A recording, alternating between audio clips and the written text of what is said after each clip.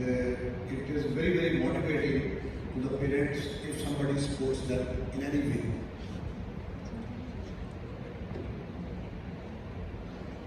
ला युकल्लिफुल्लाहु नफ्सन इल्ला वुसअहा। अल्लाह सुब्हानहु व तआला कभी भी किसी शख्स पे, इंसान पे उसकी इस्ताअत या उसकी बर्दाश्त से ज़्यादा वजन नहीं डालता, बोझ नहीं डालता। This is the reality.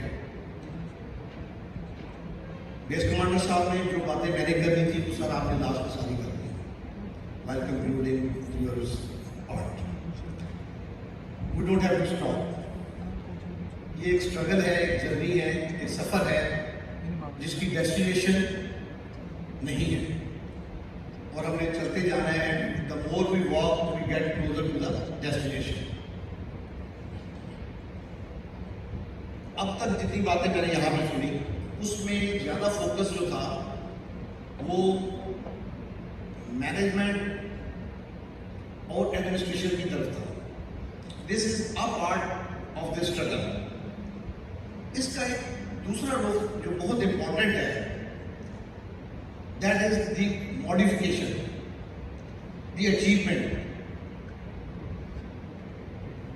अगर हम उस एस्पेक्ट को भूल जाएं और सिर्फ इसकी मैनेजमेंटल साइड को देखें तो शायद हम अपनी डेस्टिनेशन पे ना पहुंच सकें। This is very important aspect.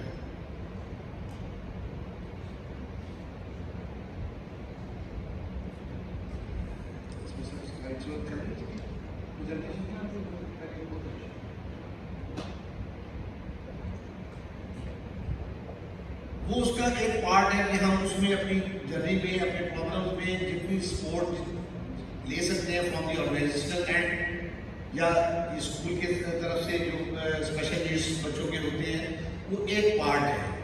लेकिन इसका दूसरा पार्ट बहुत इंपॉर्टेंट जो मैं हाईलाइट करना चाहता हूँ वो है इन बच्चों के साथ काम करना। To don't give up as I said, कि हमें मायूस या नाउम्मीद नहीं होना। This is more important aspect of this. इसमें बीइंग पेरेंट हम प्रोफेशनल नहीं होते। हमें मालूम नहीं है कि हमारे बच्चे का क्या प्रॉब्लम है। हमें ये साइंसी बातें नहीं आती कि डिसऑर्डर क्या होते हैं, स्किल्स क्या होती हैं। We are simple parent. हम एक आम बच्चे की परवरिश के लिए क्या करना चाहिए वो हमने सीखा हुआ है from the surrounding environment, through the development. वो हमें मालूम है कि अपने बच्चे की परवरिश कैसे करनी है।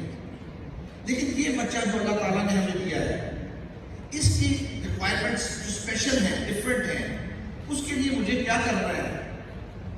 I have to educate myself for that. औलाद की परवरिश फर्ज है वालिदैन पे। अब उसमें ये कोई स्पेसिफिकेशन नहीं है कि this is only for this normal typical child. औलाद अगर स्पेशल नीड्स के साथ है तो again we are bound to work with that.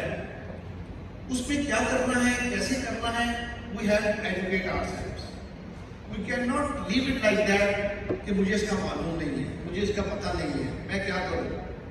ये मायूसी की चीजें साइड पे रख के हमें अपने आप को एजुकेट करना है, अपने आप को ट्रेन करना है to become a resource for the child, ताकि वो आज जिन चीजों के लिए हेल्प ले रहा है कल वो उन चीजों को खुद करने के काबिल हो जाए। अगर ये अप्रोच हमारी नहीं होगी तो फिर उस सूरत में शायद हम डिस्टर्ब ज्यादा रहें, शायद हम वो जो काम कर सकते हैं उसकी तरफ हम ना जाएं और हम सिर्फ मैनेजमेंट में ही लगे रहें कि हम बच्चे को बेस्ट मैनेज कर रहे हैं थ्रू द डे।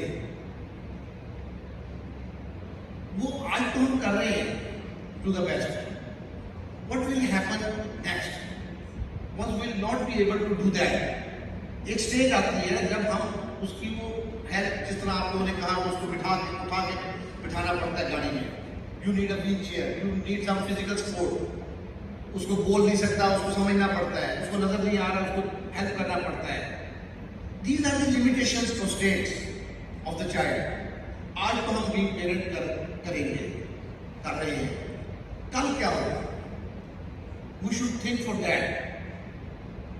आज अगर हम उस पर काम करेंगे, उसको हेल्प करेंगे, तो कल वो उसको खुद करने के काबिल होगा। कितना काबिल होगा? This is the big question. As already pointed out, every child is unique in his development. Same is the formula for the special needs children. हर बच्चा मुख्तलिफ है, डिसऑर्डर मुख्तलिफ है, सेवेरिटी लेवल डिफरेंट है, एनवायरमेंटल फैक्टर्स इतने सारे हैं। उसकी नीड्स के मुताबिक उसकी जो वीकनेसेस हैं, उसकी जो शॉर्टकमिंग्स हैं, उनको अगर हम एड्रेस करना शुरू कर दें, उन पर काम करना शुरू कर दें, तो वो डेफिनेटली इंप्रूव करता है। बेशक सेवेरिटी लेवल एक्सट्रीम साइड पे हो, वो फिर भी इंप्रूव करता है। एक ऑब्जेक्टिव आपका क्या होना चाहिए बीइंग अ पेरेंट और special teacher? To enable the child to join the mainstream school, as we said, sir, or he should be able to survive in the society independently. ये आपका प्राइमरी गोल होना चाहिए। It's not necessary कि हर बच्चा जो school में जाए वही जिंदगी गुजार सकता है। बहुत सारे ऐसे लोग हैं जो नॉर्मल स्कूल में, मेन स्ट्रीम स्कूल में नहीं जाते हैं, लेकिन वो बड़ी अच्छी जिंदगी गुजारते हैं, शायद हमसे ज्यादा अच्छी गुजारते हैं। So we have to enable these our children to come at a level where they can survive independently. आज जिन चीजों में उनको हेल्प की जरूरत है, कल वो नहीं होनी चाहिए। वो कब मुमकिन है? once we put in our efforts। एक स्पेशल नीड पेरेंट होने के नाते हमें स्पीच थेरेपिस्ट भी होना होता है, हमें बिहेवियर थेरेपिस्ट भी होना होता है, हमें स्पेशल एजुकेटर भी बनना पड़ता है, हमें ऑक्यूपेशनल थेरेपिस्ट भी बनना पड़ता है, थेरेपी भी हमें आनी चाहिए। ये सारी नीड्स है मेरे बच्चे की। अब अगर मैं इसमें अपने आप को रिस्ट्रिक्ट कर दूं कि मैं वो सर्विसेज लूंगा फ्रॉम दिस प्लेस, वो सारे दिन में इतना सा ऐड करेगा उसकी डेवलपमेंट में। इतना बड़ा दिन 24 आवर्स स्लीपिंग आवर्स निकालने के बाद जो टाइम है, वो ज्यादा मेरे पास है मेरे बच्चे का। If I don't address those weaknesses, तो फिर शायद उसकी डेवलपमेंट में वो रिजल्ट्स मुझे कभी भी नहीं मिलेंगे जो उसकी रिक्वायर्ड है। उसको ज्यादा एफर्ट की जरूरत है। अब इस चीज को मद्देनजर रखते हुए मुझे उसकी तमाम वीकनेसेस जो भी है उसके बारे में अपने आप को ट्रेन करना है, एजुकेट करना है। स्पेशल नीड स्कूल का प्राइमरी एम ये होता है कि वो बच्चे पे भी काम करता है और पेरेंट्स को भी एजुकेट करता है। अगर वो ये काम ना करें तो भी सिंपल पेरेंट हमें उन चीजों का अंदाजा नहीं हो सकता कि क्या हो रहा है, कैसे हो रहा है, क्या करना है। तो इसके लिए I request all the parents that be active to participate in this team work. आपके पास जो टाइम बच्चे का है वो और जितना अपॉर्चुनिटीज आपके पास अवेलेबल है, वो स्पेशल नीड स्कूल कभी भी मीट नहीं कर सकता। एक स्पेशल नीड स्कूल कभी किसी बच्चे को किसी फंक्शन पे लेके नहीं जा सकता जहां पर उसने ऊंची आवाजें सुननी है, इतने लोग देखने हैं। You have the opportunity to do that. एक स्पेशल नीड स्कूल बच्चे को शॉपिंग कॉन्सेप्ट नहीं दे सकता, लिमिटेड एनवायरनमेंट क्रिएट कर सकता है for giving that practical life skill.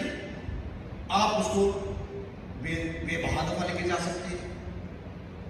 Park special needs का कह लें, शॉपिंग कह लें, एनीथिंग यू टॉक अबाउट, आपके पास ज्यादा मौके हैं, आपके पास ज्यादा टाइम है, आप ज्यादा डेडिकेटेड हैं। A teacher, a therapist cannot work with that dedication which you have. This is the reality.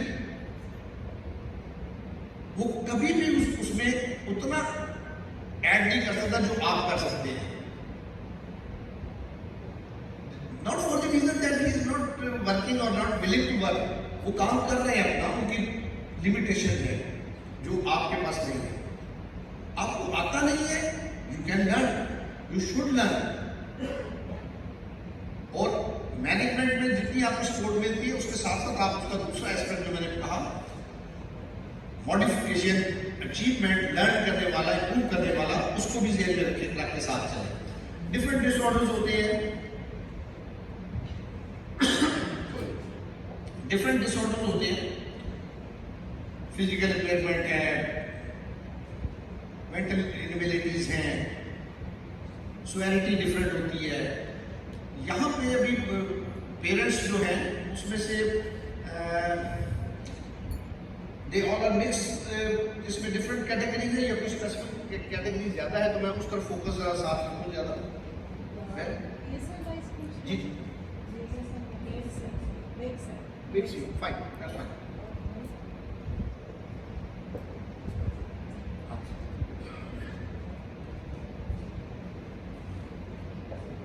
Fine. Early intervention, early intervention का मतलब क्या है? अर्ली इंटरवेंशन से मुराद है कि कितना जल्दी आप अपने बच्चे की वीकनेसेस को एड्रेस करते हैं, उन पे काम करते हैं। एक बच्चा बोलता नहीं, एक बच्चा सुनता नहीं, एक बच्चा देख नहीं सकता, एक बच्चे के बिहेवियर प्रॉब्लम्स है, एक बच्चा चल नहीं सकता, व्हाट्सएवर जो भी उसका डिसऑर्डर है, उस पे जितना जल्दी आप उसको काम शुरू करेंगे वो उतना इंप्रूव करेगा। जितना आप उसको लेट स्टार्ट करेंगे तो उसकी प्रोग्रेस रेट, उसकी जो डेवलपमेंट है वो उतनी ग्रेजुअल और स्लो हो जाती है, क्योंकि जो चीजें उसने अर्ली पीरियड में ब्रेन ने पिक कर ली होती हैं, जब डिफरेंट प्रोसीजर डेवलपमेंट का होता है, वो बहुत पक्का नक्श हो जाता है ब्रेन पे, उसको चेंज करने में ज्यादा टाइम लगता है। मेरी इस बात से मायूसी नहीं होनी चाहिए कि मेरा बच्चा तो 10 साल का हो गया है या मेरे बच्चे की उम्र तो 18 साल है। It's never too late. कभी भी जिस एज पे भी है, आप आज भी शुरू करें तो उसमें फर्क डिफरेंस जरूर आएगा। थोड़ा ग्रेजुअल होगा, थोड़ा कम होगा, लेकिन इंप्रूवमेंट जरूर होगी, दिस इज फॉर श्योर।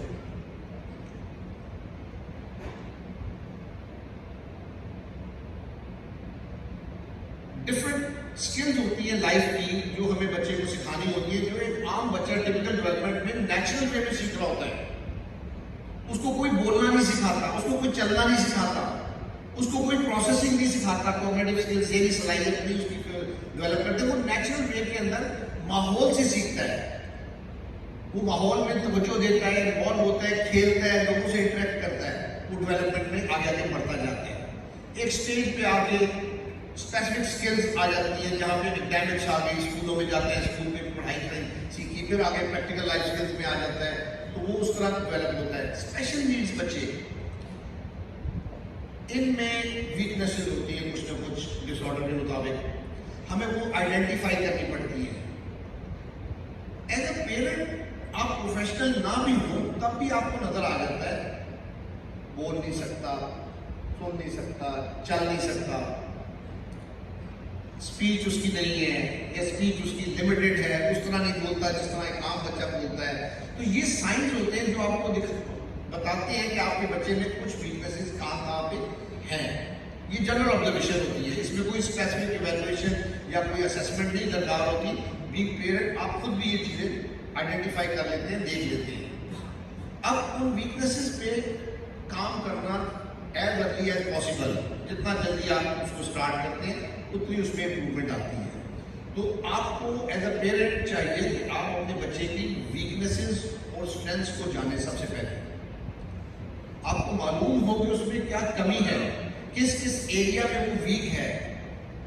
ये ऑक्यूपेशनल थेरेपी क्या होती है, ये बिहेवियर थेरेपी क्या होती है, ये चीजें आपको ऐड करती रहेगी उन चीजों पे एड्रेस करने के लिए। जितना आप इनको समझते रहेंगे, जितना आप एक्सपीरियंस करते रहेंगे, इसके अपने बच्चों के टीचर से, इनके थेरेपिस्ट से इंटरेक्शन जितना करेंगे आप उन चीज़ों को उतना सीख सकते। आजकल लर्निंग बहुत आसान हो गई है इंटरनेट की वजह से। आप बहुत सारी चीज़ें वहाँ से खुद भी अचीव कर सकते हैं, लर्न कर सकते हैं अपने बच्चे की डेवलपमेंट के लिए। तो जितना आप उनको जल्दी एड्रेस करेंगे उतना वो चीज़ें इम्प्रूव करेगी। जो भी उसकी वीकनेसेस हैं उस पर काम जब करेंगे। एक बच्चे को दिखता नहीं है, now we have to train in the mobility. वो कैसे सेंस अपना दूसरा इस्तेमाल करे और अपने चलने को बेहतर करे, कैसे वो अपनी स्टिक के जरिए आइडेंटिफाई करेंगे यहाँ पे मुझे कदम रखना है कि नहीं रखना है, कैसे उसके ऑडिटरी सेंस को हमने बेहतर करना है ताकि वो आवाज़ों को आइडेंटिफाई करके पहचान ले और अकॉर्डिंगली अपना रिस्पॉन्स दे। एक बच्चा सुन नहीं सकता, उसको हियरिंग एड कैसे हेल्प कर सकता है, उसको कॉक्लियर इम्प्लांटेशन अगर किए तो फिर उसमें आवाज़ों को डेवलपमेंट कैसे होगी, ये चीज़ें सिखाई जा सकती हैं। उसको लैंग्वेज कॉन्सेप्ट्स दिए जा सकते हैं। मेहनत का सब्स्टिट्यूट नहीं है कि हम कहें ये काम बगैर एफर्ट के हो जाए। It's not like that. मेहनत आपको करनी पड़ती है। इंप्रूव भी उतना करते हैं जितना हम बीइंग पेरेंट इसमें इन्वॉल्व होते हैं। Let me tell you one more thing. एक स्पेशल नीड बच्चा अपनी वीकनेसेस को सिर्फ और सिर्फ तब कवर करता है जब उसके पेरेंट्स साथ मिलते हैं, उसके बगैर नहीं कर सकता। जो भी डिसऑर्डर है, जो भी सिवियरिटी है, वो बच्चा लिमिटेड इंप्रूवमेंट में जा सकता है। थोड़ा बहुत इंप्रूव कर लिया, किसी एरिया में कर इंप्रूवमेंट आ गई, लेकिन अगर आप चाहते हैं कि वो नॉर्मल के क्लोजर हो और ज़्यादा प्रोग्रेस करे, उसके लिए आपकी इन्वॉल्वमेंट बीइंग पेरेंट बहुत ज़रूरी है। तो यू बीइंग पेरेंट आप लोगों को पार्टिसिपेट करना है, उस टीम का हिस्सा बनना है जो बच्चे के साथ डिफरेंट एनवायरनमेंट्स में काम कर रही है। Only then you can achieve that.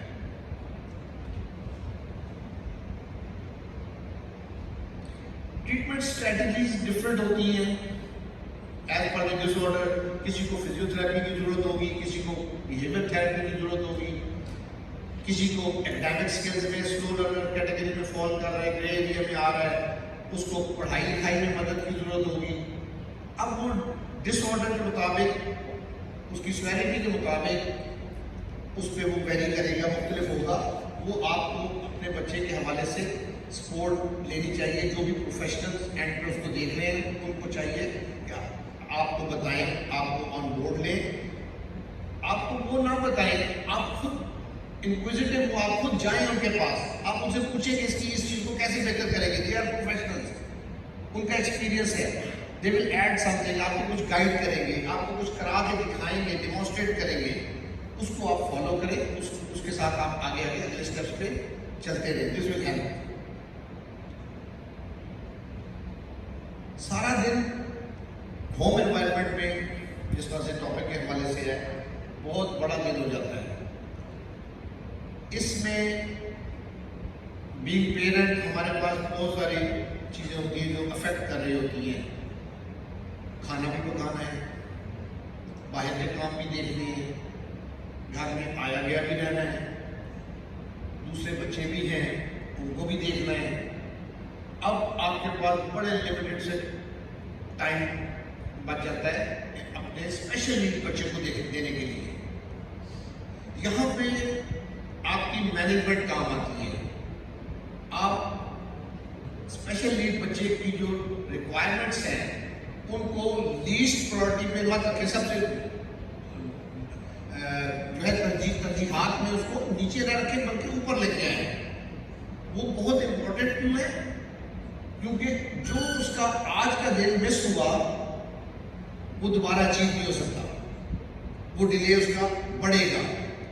इसलिए आपको अपनी होम एनवायरनमेंट के अंदर चीज़ों को ऑर्गेनाइज्ड वे के अंदर लेके चलना चाहिए। मैनेज इस तरह से मैनेज करें उसको जिसमें कुछ ना कुछ टाइम उसका वीकनेसेस पे आपको मिले, टाइम आप उस पर एफर्ट करें।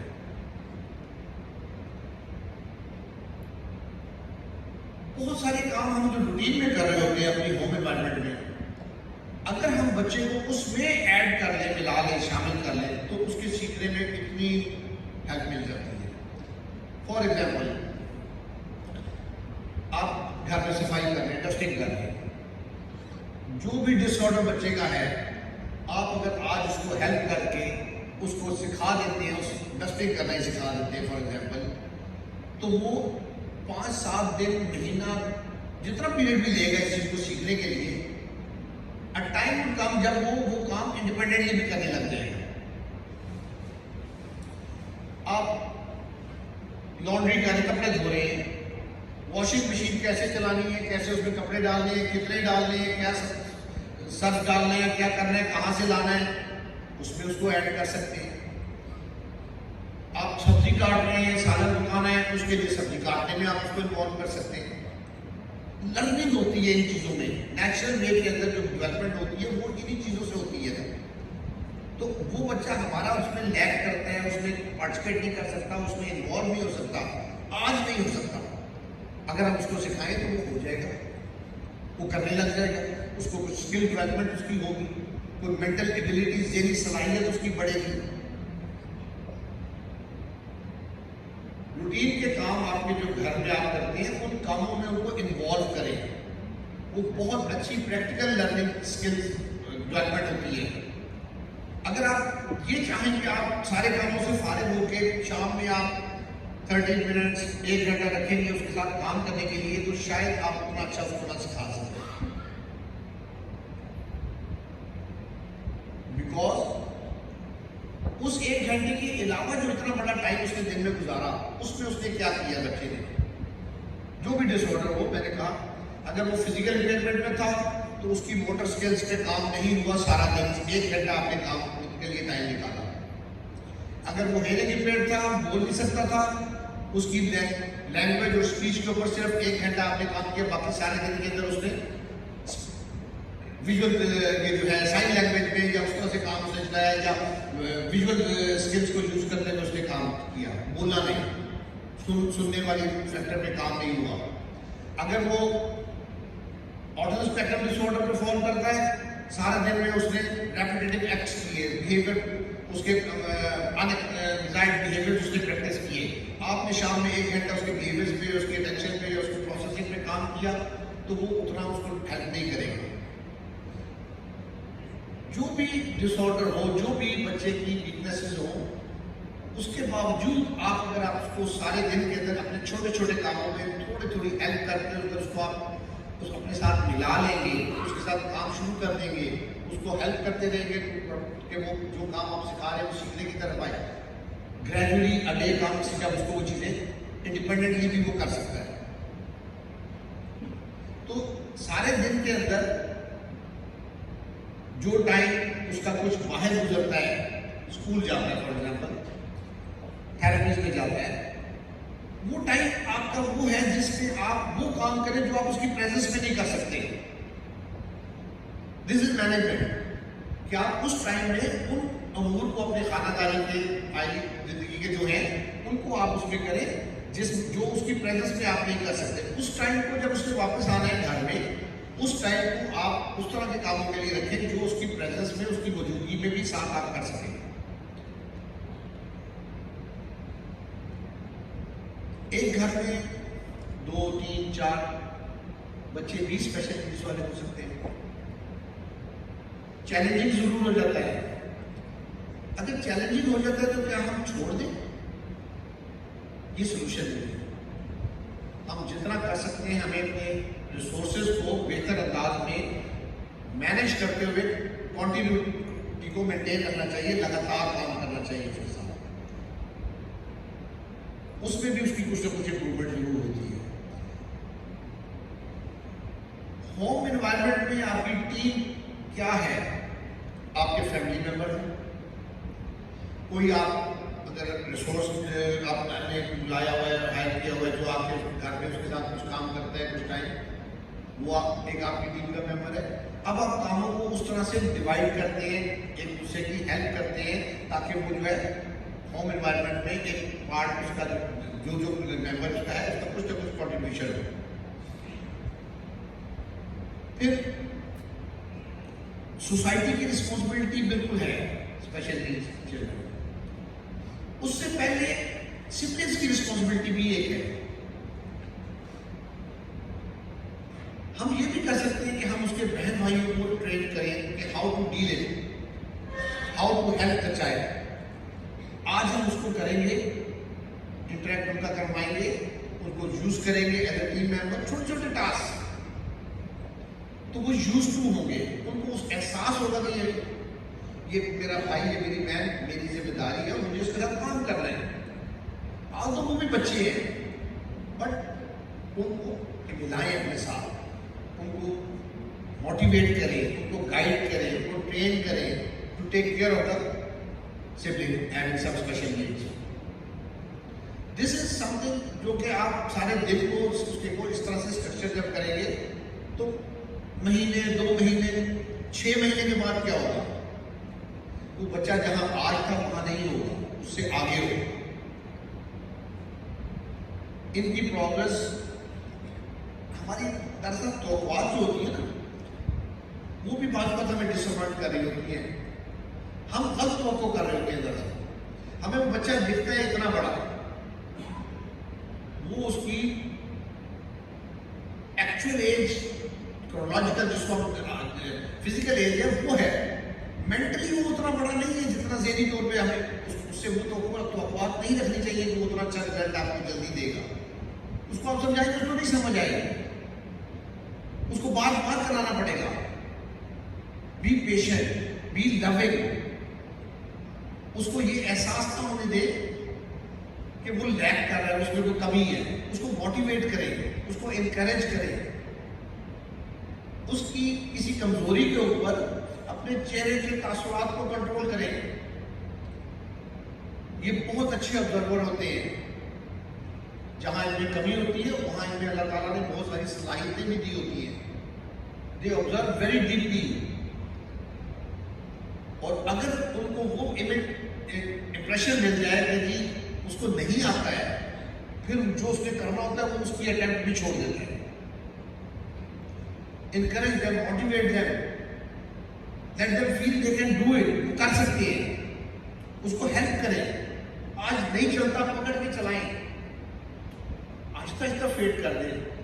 ये उसको मत एहसास दें कि तुम नहीं चल रहे हो, उसको खुद नहीं चल रहा, आप ही पकड़ के चला रहे हैं। उसको कहने में क्या है, वेरी गुड, दैट्स गुड, और चलो, और इवन टू मोटिवेट, उसको और करने की जुस्तजू होगी, वो और कोशिश करेगा। लेकिन अगर आपके अल्फाज, आपके चेहरे के तासुरात, आपकी बॉडी लैंग्वेज, इससे उसको ये इंप्रेशन मिलता है कि वो नहीं कर रहा है, उसको मायूसी का इमेज मिलता है, फिर वो जो थोड़ी सी कोशिश है वो भी छोड़ देता है। दिस इज वेरी इंपॉर्टेंट कि आप इस बात को समझें कि ये बच्चे बोल नहीं रहे, सुन नहीं रहे, जो भी डिसऑर्डर है, but they have the abilities as well. हमारा सिखाने का तरीका गलत हो सकता है जिस वजह से वो नहीं सीख रहे, हमें उस तरीके को चेंज करना है। हमारे सिखाने के तरीके में वो कॉन्टिन्यूटी, लगातार होना नहीं है जिस वजह से वो नहीं सीख रहा। हम थोड़ी सी एफर्ट करते हैं, उसको चाहते हैं कि वो काम बच्चे की तरह थोड़ा रिजल्ट फौरन दे दे, वो नहीं दे सकता। ये वो वीकनेसेस होती है हमारे इंटरेक्शन में बच्चे के साथ, जो उसको आगे बढ़ने से रोकती है। ये इस अंदाज से नहीं होना चाहिए।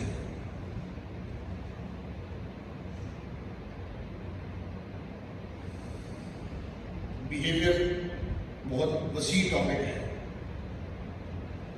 इसमें मैं चाहूंगा कि आप लोग जो एक पेरेंट आए हुए हैं, आप लोग अपने बच्चे के बिहेवियर के बारे में जो प्रॉब्लम है वो इनिशिएट करें, तो विल डिस्कस दैट। आपको जो प्रॉब्लम्स आते हैं, since it is an interactive session, so I like कि आप लोग पार्टिसिपेट करके मुझे बताएं कि आपके बच्चे का क्या बिहेवियर है, किस बिहेवियर से आप परेशान हैं, या उसको किस एरिया में सिखाने में आपको दिक्कत हो रही है। सो मैं उस पर आपको कुछ गाइड कर सकता हूँ जो आपको हेल्प करेगा। अच्छा सर,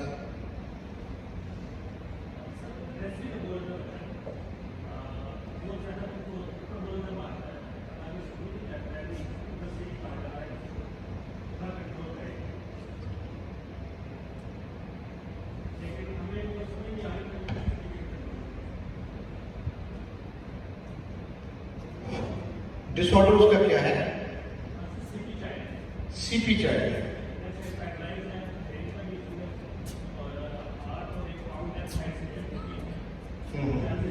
एज क्या है बच्चे की? 4.5 ठीक हो गया। बैठो। इन बिहेवियर को हमेशा एनालाइज करना पड़ता है कि उसकी रीजन क्या है, उसका फंक्शन क्या है, वो क्यों मारता है। इस चीज को सोचा करें। मेरी आवाज सही है? इस चीज को सोचा करें कि ये ऐसा उसने कब किया। कुछ सवाल अपने जहन में उसके से रिलेटेड आप पूछा करें। कब मारता है, किसको मारता है, क्यों मारता है, ये चीजें आपको हेल्प करेंगी। फॉर इंस्टेंस, अगर वो किसी स्पेसिफिक एनवायरनमेंट में मार रहा है, अब वो उस एनवायरनमेंट में कोई प्रॉब्लम होगा जो उसको डिस्टर्ब कर रहा है। अगर वो स्पेसिफिक औकात में मार रहा है, जब उसको कुछ चाहिए उसको नहीं मिल रहा, तो उसकी वजह और होगी। अगर वो किसी के सामने नहीं मार रहा, मैं सामने आता हूं तो अपने आप को फौरन मारता है, इसका मतलब है मेरे साथ उसको कोई प्रॉब्लम है, मेरे इंटरेक्शन में कोई प्रॉब्लम है। तो ये सवालात इस तरह के जो है ये आपको हेल्प करते हैं उसको आइडेंटिफाई करने के लिए कि बिहेवियर का प्रॉब्लम क्या है। कोई स्पेसिफिक वजह आपको समझ आती है सर?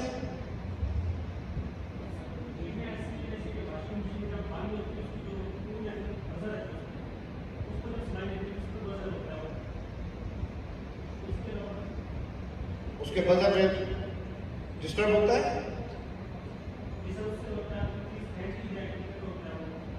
कोई चीज।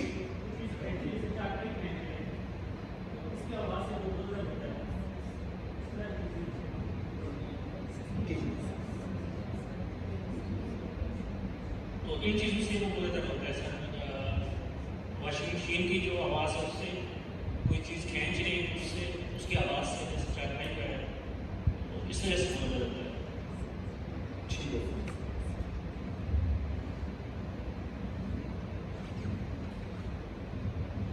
बर्दाश्त, टॉलरेंस ग्रेजुअली बिल्ड होती है इंसान के अंदर। जब वो एक लर्निंग के फेज में गुजरता रहता है तो आगे से आगे उसमें दो चीजें डेवलप होती है, एक अंडरस्टैंडिंग समझ और एक बर्दाश्त टॉलरेंस। जब ये दो चीजें नहीं होती फिर बच्चा रिएक्ट करता है। अब सेरेब्रल पॉलिसी के अंदर जिस तरह से डिसऑर्डर आप बता रहे हैं उसमें उसकी मोटर स्किल्स अफेक्टेड है। वो एक चीज लेना चाहता है, वो नहीं मिल पाती है, उसको गुस्सा है। जब हमारी कोई बात अचीव नहीं होती तो हमें गुस्सा आता है, दिस इज वेरी नेचुरल। हम गुस्से में एक्ट क्या करते हैं वो डिफरेंट है। अगर हमारे अंदर अंडरस्टैंडिंग है और बर्दाश्त टॉलरेंस है तो अब क्या होगा कि हम अकॉर्डिंगली एक्ट करेंगे। हम बर्स्ट नहीं होंगे, गुस्सा का इतना बड़ा इजहार नहीं करेंगे कि अपने आप को सेल्फ मीटिंग पे चला जाए। ये दो चीजें, स्क्रीन देखता है बहुत ज्यादा, टीवी, मोबाइल,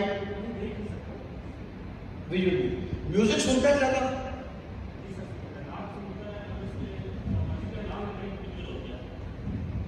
कुछ नात ऐसी है कि वो गाएंगे तो उसको ही सुनता है, उसके अलावा कोई नहीं सुनता, तो और चीज़ निकाल नहीं होता है। फिर भी होता है। और अगर काल चल रही होती है, काल में बात क्या करते हैं, काल बंद होने लगती है तो उसको पता चल जाता है काल बंद होने लगती है, फिर ठीक होता है।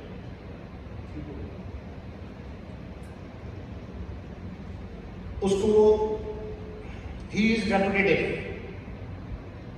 वो हर चीज को सेम पैटर्न में करना चाहता है। उसको चारपाई के किसी की आवाज रूटीन में नहीं आती, जब वो आती है तो उसको चेंज लगता है, मुख्तलिफ लगता है, उस पर वो रिएक्ट करता है, वो तब्दीली को एक्सेप्ट नहीं कर रहा। उसको स्क्रीन के एडवर्स इफेक्ट्स होते हैं बच्चे की डेवलपमेंट में। स्क्रीन से मुराद देखना या सुनना दोनों उसमें आ जाते हैं। मुसलसल वो एक ही चीज सुनता है, नात अगर ज्यादा रिपीटेडली वही सुन रहा है तो उसके ब्रेन उसका आदी हो रहा है कि सेमनेस की तरफ जाना है, एक चीज एक ही तरह होनी चाहिए, मुख्तलिफ नहीं होनी चाहिए। एक आम बच्चे की डेवलपमेंट में क्या होता है, उसको मुख्तलिफ आवाजें आती हैं, मुख्तलिफ चीजें सुनता है, मुख्तलिफ चीजें देखता है, मुख्तलिफ टच करता है।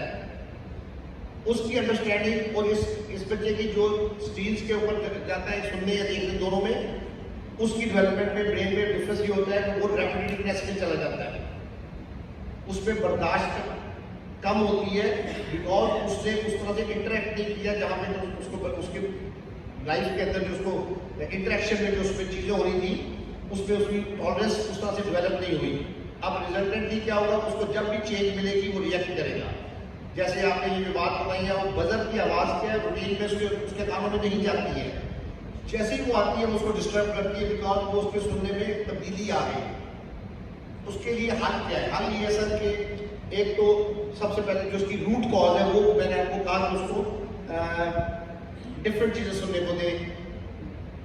नाक अच्छी चीज़ है सुनने के लिए, तलावत अच्छी चीज़ है सुनने के लिए, नो डाउट अबाउट दैट। उसको एक ही पैटर्न पे ना सुनाए, उसको रिड्यूस करें, अपनी बातें भी सुनाए साथ उससे इंटरेक्ट करें, डिफरेंट आवाजें उसको सुनाएं। शुरू में कम वॉल्यूम पे, वॉल्यूम आहिस्ता बढ़ाएं, उससे उसमें अंडरस्टैंडिंग और टॉलरेंस आहिस्ता आएगी बातें। दूसरा, उसको एक्सपोजर बढ़ा दें इन चीज़ों का। जितना आप एक्सपोजर बढ़ाएंगे ग्रेजुअली, डिसेंसिटाइजेशन वर्ड होता है कि हम उसको एक्सपोजर देते हैं। अगर आप कहेंगे चारपाई कोई ना किसी के इसके सामने ये तो रोएगा या मारेगा अपने आप को, तो वो गलत अप्रोच होगी। उसको यूज टू करना होगा कि भाई मुख्तलिफ आवाज़ें आ सकती हैं, चारपाई घिसटने की भी, किसी चीज़ के गिरने की भी, बैल बजने की भी, बजर की भी, मेरे ऊंचे बोलने की, डिफरेंट आवाज़ें आ सकती हैं। आज हम इतनी ऊंची आवाज़ में नहीं सुनाएंगे उसको, इतनी में सुनाएंगे, ग्रेजुअली बढ़ाना शुरू कर देंगे, उसके अंदर टॉलरेंस आ जाएगी, यूज टू हो जाएगा इंसान, ब्रेन उसका यूज टू हो जाएगा कि आवाज़ें डिफरेंट आ सकती हैं। दूसरा, उसके साथ आप इंटरेक्ट करें तो उसके अंदर डिफरेंट चीज़ों को, उसको आवाज़ वाली को इस्तेमाल करें। एक जैसी आवाज़ उसको ना सुनाई दे, डिफरेंट सुनाई दे। उसके अंदर आपका जो इंटरेक्शन है, आप उसके साथ कुछ टाइम गुजारें। इंटरेक्शन वाला जो मैंने कहा कि सारे दिन के अंदर आप उसको स्ट्रक्चर करें, आप उसमें कुछ टाइम रखें जिसमें आप इन एरियाज के ऊपर काम करें। दूसरा, उसमें अगर वो बिहेवियर शो करता है हिटिंग वाला, वो इम्पल्सिव है, वो यकदम होता है, वो नेचुरल है, उसको फिजिकली रोकना होगा। उसको मना नहीं करेंगे हम, वर्बली मना नहीं करेंगे, फिजिकली उसको अपॉर्चुनिटी को, मौके को रोक देंगे, हाथों को नीचे कर देंगे, उसके हाथों में कोई चीज पकड़ा देंगे। स्ट्रेंथ, ये बिहेवियर ऑटिज्म में इस तरह के खास तौर पे आ जाते हैं। उसके अंदर यहाँ तक हमें करना पड़ता है बाज़ औक़ात कि हमें यहाँ पे एल्बो को ऊपर इस तरह से उसको पाइप में किसी में या किसी स्प्लिंट में इस तरह बांधना पड़ जाता है ताकि बेंड ना हो हाथ। सुयर केसेस के अंदर, सुयर केस जब वो अपॉर्चुनिटी नहीं मिलती है बिहेवियर को, वो बिहेवियर रिड्यूस होता है। उधर आप बर्दाश्त बढ़ा रहे हैं, उधर आप उसको डिफरेंट एक्सपोजर दे रहे हैं आवाज़ों के, इधर आप उसका वो जो रेपिटेटिव एक्ट है जो वो सेल्फ फीडिंग का कर रहा है उसको आप रोक रहे हैं, डिस्ट्रैक्ट कर रहे हैं। वर्बली से वो और तंग होगा, उसको करने ना दें। अब अगर आप उसके साथ 30 मिनट्स इंटरेक्ट करते हैं, फॉर एग्जाम्पल आप उसका खेल रहे हैं, बॉल हो रहे हैं, कुछ उसकी इंटरेक्शन हो रहा है प्लेफुल अंदाज में, उस 30 मिनट्स में तो आप फिजिकली उसको रोक सकते हैं। अब इसका मतलब ये होगा कि 30 मिनट्स में आपने उसको एक्सपोजर तो दिया उन चीज़ों का जिसमें वो डिस्टर्ब होता है, लेकिन आपने उसको अपॉर्चुनिटी को रोक दिया। तो इससे जब आप ये 30 मिनट्स, 5-10 मिनट्स, 1 घंटे में, फिर 10 मिनट्स की 1 में, इस तरह से फ्रीक्वेंटली जब आप उसके साथ काम करेंगे तो ग्रेजुअली वो बिहेवियर रिड्यूस हो जाएगा। एक बिहेवियर चेंज होने में कितना टाइम लेता है, दिस इज इंपॉर्टेंट। एक बिहेवियर आप बैठ के, एक बिहेवियर को मॉडिफाई होने में साइकोलॉजी कहती है 3 वीक्स लगते हैं। रिलीजियसली देखें तो हम कहते हैं 40 दिन नमाजें पढ़ेंगे जाकर उधर तो आप यूज्ड टू हो जाएंगे, चिल्ला काटेंगे तो ये हो जाएगा। डिफरेंट अप्रोचेस हैं बिहेवियर के मॉडिफाई होने के। I feel it depends upon the, ये डिपेंड करता है कि वो बिहेवियर कितना स्ट्रेंथन है, कितना पक्का हो गया है। अगर वो ज्यादा पक्का हो गया है तो उसको ज्यादा टाइम लगेगा, कम है तो अगर वो रिसेंटली अभी पिछले दिनों ही 2 हफ्ते पहले शुरू हुआ है हिटिंग, सेल्फ हिटिंग, अगर उसने 2 हफ्ते पहले शुरू की है तो वो जल्दी ठीक हो जाएगा बनिस्बत इसके कि अगर उसको साल हो गया, ये उस पर डिपेंड करता है। अब आपको उसको कम से कम 3 to 4 वीक्स जरूर लगेंगे चेंज होने में। अब 3 to 4 वीक्स तक आप उसको टारगेट करेंगे कि हम उसको आवाजें सुनाएं और उसको टॉलरेट करवाएं और उस बिहेवियर को ना होने। इसका और कोई हल नहीं है सिवाय इसके कि आपको उसको फिजिकली रोकना होगा, डिस्ट्रैक्ट करना होगा और उसको एक्सपोजर भी देना होगा। ये दे देंगे तो क्या होगा, 4 हफ्ते बाद उसको कोई आवाज का फर्क नहीं पड़ेगा, इधर से भी आ रही है उधर से भी आ रही है, नॉट कुछ। उसको ऐसी जगहों पे लेके जाएं जहाँ पे डिफरेंट आवाजें जरा साउंड आते हैं, वहाँ पे उसको मैनेज करें। ज़्यादा पीरियड, फॉर एग्जाम्पल आप फन सिटी है या कोई ऐसी जगह जहाँ पे शोर ज़रा ज़्यादा होता है, लाउड म्यूजिक लगा हुआ है, उन जगहों पे लेके जाएं, ड्यूरेशन कम रखें। 1 घंटा मत गुजारे उस एनवायरमेंट में, जस्ट स्पेंड 10-15 मिनट्स वहाँ गुजारे, उसके बिहेवियर को मैनेज करें, उसको ले आए, फिर दोबारा जाए, अब 20 मिनट्स है। एक्सपोजर का ड्यूरेशन अपना जो है दौरानिया आप आहिस्ता आहिस्ता बढ़ाते जाएं, उसमें बर्दाश्त आ जाएगी। बट कुछ अर्से तक आपको लगातार काम करना पड़ेगा इस बात। अगर वो स्कूल में जा रहा है तो स्कूल ये प्रॉब्लम उनका आपने घर में नोट किया, उधर से फीडबैक लें, क्या वो स्कूल में भी ऐसा कर रहे हैं? अगर ऐसा वहाँ पे भी कर रहे हैं, फिर ये उनको भी वहाँ पे उस एनवायरमेंट में वो काम करेंगे। जब वो प्रोफेशनल है, उनको ये टेक्निक्स आती है कि उसको कैसे मैनेज करना है बिहेवियर को। अब उनके काम करने से क्या होगा कि आपके लिए होम एनवायरमेंट में काम करना आसान हो जाएगा निस्बतन। और अगर वो वहाँ पे नहीं कर रहा, सिर्फ घर में कर रहा है, फिर इसको कहते हैं एनवायरमेंटल बिहेवियर, कि एक माहौल में बच्चा वही बच्चा है, वो और तरह बिहेव कर रहा है, दूसरे माहौल में वो और तरह बिहेव कर रहा है। अब स्ट्रेटेजी, अब स्कूल वाले कुछ नहीं कर सकते। अगर वो स्कूल में कभी भी वो प्रॉब्लम वहाँ पे आएगी, अब स्कूल वाले वहाँ पे नहीं कर सकते, बल्कि आपको होम एनवायरनमेंट में वो स्ट्रेटेजीज अप्लाई करनी होगी। स्कूल वाले उसमें ये कर सकते हैं कि वो बिहेवियर वहाँ पे ऑलरेडी बेशक नहीं है, लेकिन वो उसको लाउड साउंड्स डिफरेंट जो है वो सुनाएंगे, उससे उसकी टॉलरेंस, बर्दाश्त जो है वो निस्बतन बेहतर हो जाएगी इंशाल्लाह। हमें जाइए सर जी, एनिमल हेल्थ को बिहेवियर के हवाले से किसी के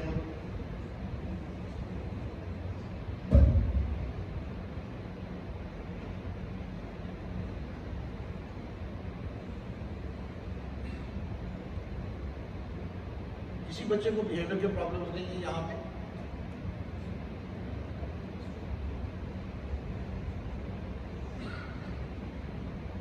फाइन। बिहेवियर्स डिफरेंट होते हैं, कुछ होते हैं एस्केप बिहेवियर। एस्केप बिहेवियर क्या होता है कि हम जो काम उसको कराना चाहते हैं वो उस काम को नहीं करना चाहता। अब वो क्या करेगा, कुछ ऐसा बिहेवियर शो करेगा जिससे वो काम रुक जाए जो हम करवाना चाह रहे हैं। फॉर एग्जाम्पल, मैं एक बच्चे को कोई पजल करा रहा हूं, वो क्या करेगा, वो पजल को ऐसे उठा के फेंक देगा, वो रोने लग जाएगा, वो मारने लग जाएगा, वो काटने लग जाएगा। तो ये बिहेवियर जो है ये क्यों आया? एस्केप के तौर पे उसको देखा जाएगा कि ये उसने जो काम मैं करवा रहा हूं वो नहीं करना चाहता है। वो करना क्यों नहीं चाहता है? वो करना इसलिए नहीं चाहता क्योंकि वो उतनी देर बैठ नहीं सकता, हाइपर एक्टिव है। वो जितनी तवज्जो दरकार है उस काम को करने के लिए, प्रोसेस करने के लिए, उसको उतनी तवज्जो देना मुश्किल हो रही है। उसको जो काम का वो प्रोसेस है वो उसको प्रोसेस नहीं समझ आ रहा, अब वो डिस्टर्ब होगा। तो इस तरह का बिहेवियर जो होता है वो एस्केप बिहेवियर होता है। एस्केप बिहेवियर में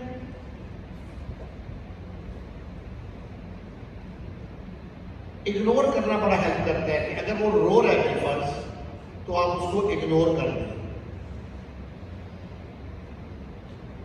फिर अगर वो खाली रोने के साथ, खाली रो नहीं रहा बल्कि रोने के साथ चीजें फेंक रहा है, अपने आप को मार रहा है, कुछ इस तरह का एक्ट कर रहा है, तो उसमें इग्नोर करना किस तरह होता है कि हम उसको वर्बली, जुबानी मना नहीं करते कि ये ना करो, फेंकना नहीं, बुरी बात, अच्छे बच्चे ऐसे नहीं करते, बल्कि हम उसको चीजों को दूर कर देते हैं ताकि उसको फेंकने का मौका ना मिले, और बात उससे फिर भी नहीं करते, ना हम उसकी तरफ देखते हैं, इग्नोर करते हैं इस तरह से।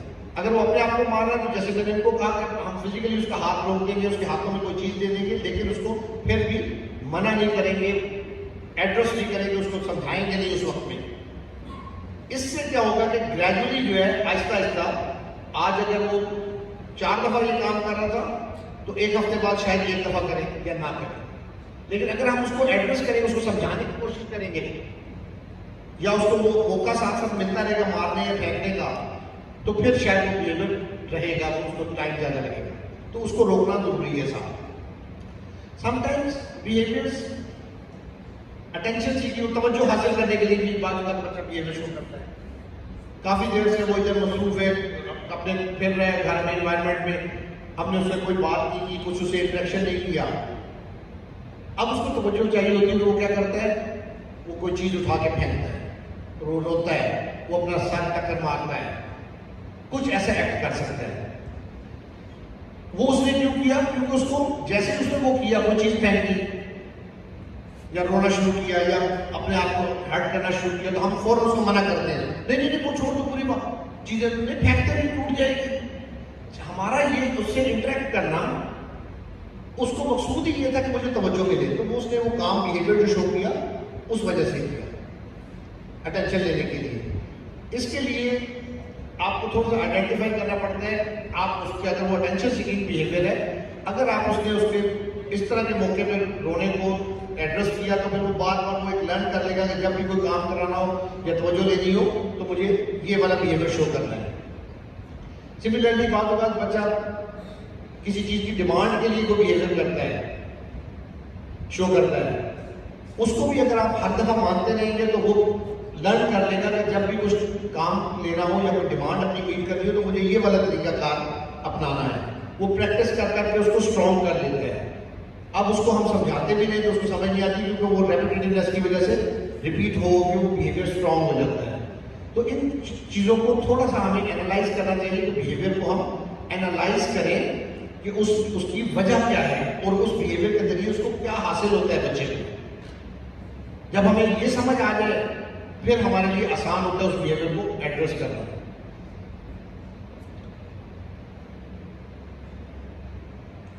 बिहेवियर्स के पीछे ये जनरल सी बात है जो खाली स्पेशल नीड बच्चे नहीं बल्कि नॉर्मल बच्चों के लिए भी बहुत इंपॉर्टेंट है। I would like to utilize this moment for that.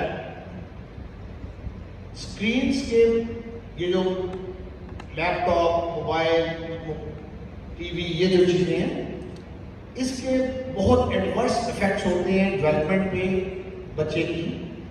जब हम उसको अर्ली पीरियड में बिलो 5 ईयर्स में जब हम उसको वो एक्सपोजर दे देते हैं स्क्रीन का, तो उसमें उसकी ब्रेन की डेवलपमेंट एक आम बच्चे से मुख्तलिफ हो जाती है। स्क्रीन में जो चीजें बच्चा देखता है वो राइम्स होती हैं, पोएम्स जो होती हैं, कार्टून्स होती हैं, कमर्शियल होते हैं, म्यूजिक होता है। ये सब चीजें एक सेम वे में रिपीटेडली हो रही होती हैं। सेम ड्रेसेस होते हैं, सेम अल्फाज होते हैं, सेम म्यूजिक होता है, सेम एक्शंस होते हैं। कॉपी करना, इमिटेट करना एक नेचुरल स्किल है जो हर बच्चे में, हर इंसान में अल्लाह ताला ने रखी होती है। जिस तरह हम छोटे बच्चे को ये सिखाते नहीं है कि फोन पे बात कैसे करते हैं, वो देखता है, कान पे कुछ लगाते हैं और हेलो हेलो बोलते हैं, वो क्या करता है, वो अपना चुनचुना, अपना फीडर वो कान पे रख के बोलने की कोशिश करने लग जाता है। तो उसने क्या किया, कॉपी किया, नकल उतारी उसने। तो जब अर्ली पीरियड में बच्चे को एक्सपोजर ब्रेन को इस तरह का मिलता है जिसमें चीजें रिपीटेडली सेम हो रही होती हैं, अब बच्चा उस पैटर्न को पिक कर लेता है और वो भी चीजों को सेमनेस की तरफ चला जाता है। जैसे ये एग्जांपल मैंने ये बजर वाले में दी कि वो एक ही पैटर्न सुनना चाहता है तो वो उसको फॉलो करता है। फाइन।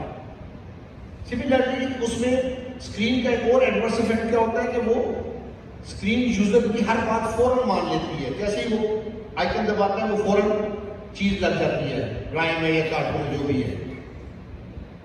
उसका इफेक्ट क्या होता है, बच्चा यूज टू हो जाता है कि मेरी बात फौरन मानी जाए। प्रैक्टिकल लाइफ में जब वो चीजें कुछ चाहता है और वो ना पूरी हो तो अब उसमें उसको गुस्सा आता है और वो फिर बिहेवियर शो करता है बिकॉज ऑफ थिंग कि उसमें अंडरस्टैंडिंग नहीं होती, उसमें बर्दाश्त नहीं होती। अब वो बिहेवियर उसका क्यों आता है, क्योंकि उसमें वो आदी हो चुका होता है कि मेरी बात फौरी तौर पर मानी जानी चाहिए। वो बात हम खुद भी पेरेंट भी उसकी हर बात कहीं पे उसको रोकते नहीं, कहीं पे हम उसको मना नहीं करते, तो हमारा पेरेंटिंग स्टाइल भी उसको ऐड कर रहा होता है और समटाइम स्क्रीन का इफेक्ट जो है उसमें आ रहा होता है।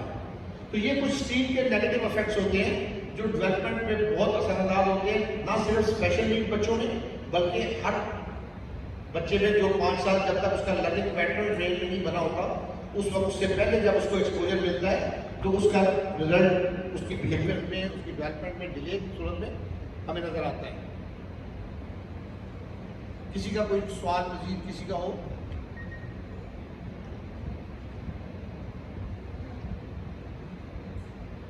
Fine, thank you very much. I wish all the best. और मैं उम्मीद करता हूँ कि इंशाल्लाह ताला जिस तरह से आप लोगों को यहाँ पे डिफरेंट अंदाज में एडमिनिस्ट्रेटिव और हेल्प आप लोगों को जिस तरह से मिल रही है, और आप लोगों के बच्चों के जिस तरह से उनकी केयर की जा रही है, उसमें अगर आप भी साथ एज टीम मेंबर साथ शामिल हो जाएंगे तो इंशाल्लाह ताला आपके बच्चे मजीद बेहतर होंगे इंशाल्लाह।